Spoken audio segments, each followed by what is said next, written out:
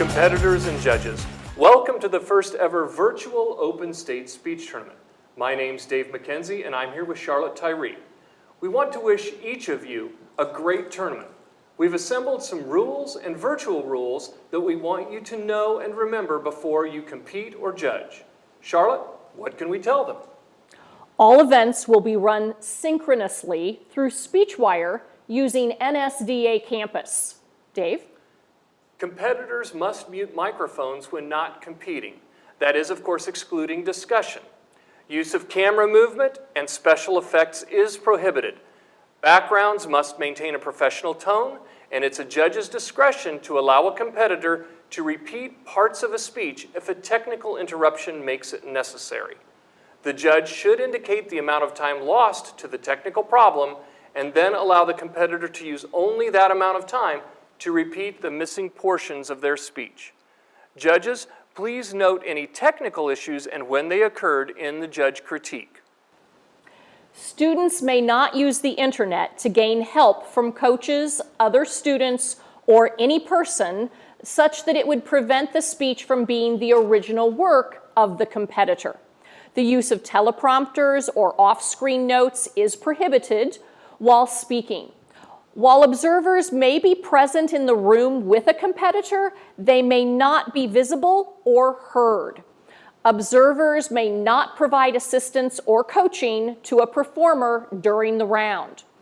Judges may provide time signals through the chat box function if asked to do so by a contestant.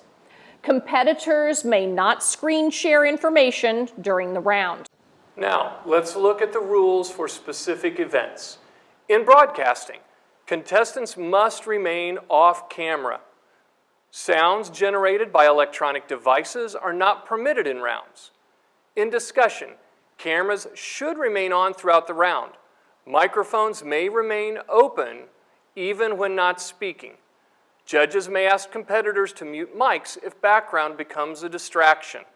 Internet usage is permitted during discussion rounds.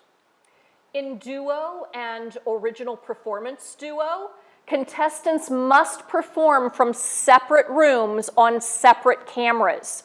No masks then are required.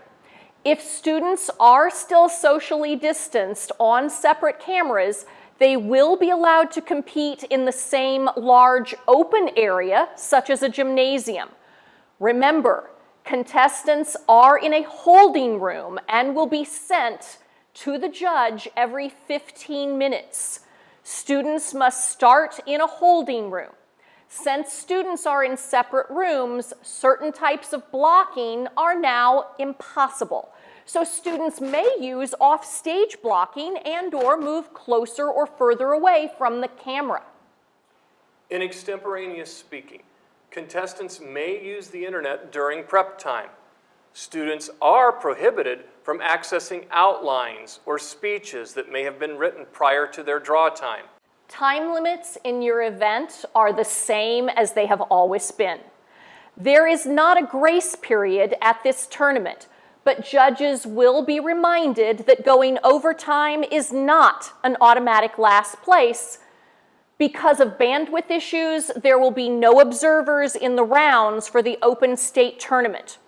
In the extreme situation of a competitor having bandwidth issues, it is legal for the competitor to turn off their video to allow for clearer audio.